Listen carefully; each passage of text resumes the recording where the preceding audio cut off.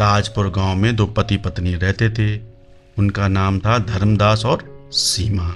उनके एक पुत्र था जिसका नाम था चिंटू। चिंटू काफ़ी छोटा था। धर्मदास ने अपने घर में एक नेवला पाल रखा था। नेवला खूब चिंटू के साथ खेलता था। दोनों काफ़ी आपस में हिल मिल गए थे, अच्छे दोस्त बन गए थे। एक दिन धर्मदास अपने खेत पर काम करने चला गया। सीमा भी किसी काम से बाहर चली गई थी। चिंटू अपने पालने में सो रहा था। चिंटू काफ़ी गहरी नींद में सो रहा था और नेवला वहीं पालने के पास बैठा हुआ था, चिंटू की रखवाली कर रहा था। अचानक से चिंटू के रूम में एक सांप आ गया।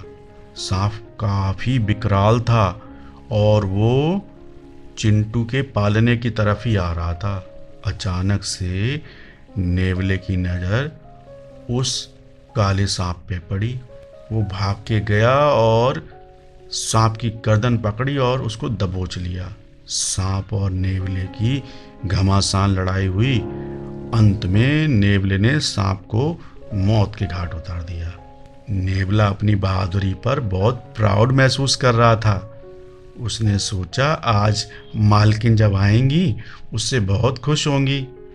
जब थोड़ी दूर पे मालकिन को उसने आते हुए देखा तो वो खुशी के मारे उसको रहा नहीं गया। वो भाग के मालकिन के पास पहुंच गया। मालकिन ने देखा नेवले के मुंह में तो इतना सारा खून लगा हुआ। उसको शक हुआ ये नेवला मेरे बेटे को मार के खा गया है। उसको बहुत तेज गुस्सा आया।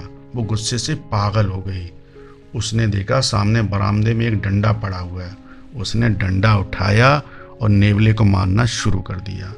वो तब तक उसको मारती रही जब तक कि उसकी दम नहीं निकल गई, वो मर नहीं गया। उसके बाद वो दौड़ती हुई चिंटू के पास पहुंची। वो ये देख के आश्चर्यचकित थी। चिंटू पालने में लेटा मुस्कुरा रहा था। वो पूरी तरीके से सुरक्षित था।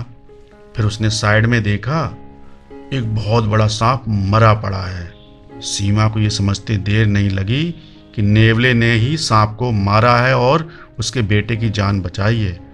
वो रोने लगी, बिलखने लगी, चिल्लाने लगी कि जिस विश्वसनीय नेवले ने उसके बेटे की जान बचाई है उसको उसने गुस्से में आकर मार डाला है।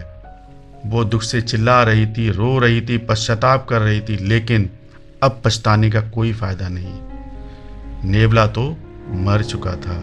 जो भी इंसान बिना विचारे गुस्से में आकर एक्शन लेता है उसको बाद में पछताना पड़ता है। दोस्तों, उम्मीद है आपने हमें सब्सक्राइब कर लिया होगा। मिलते हैं आपसे अगली कहानी में।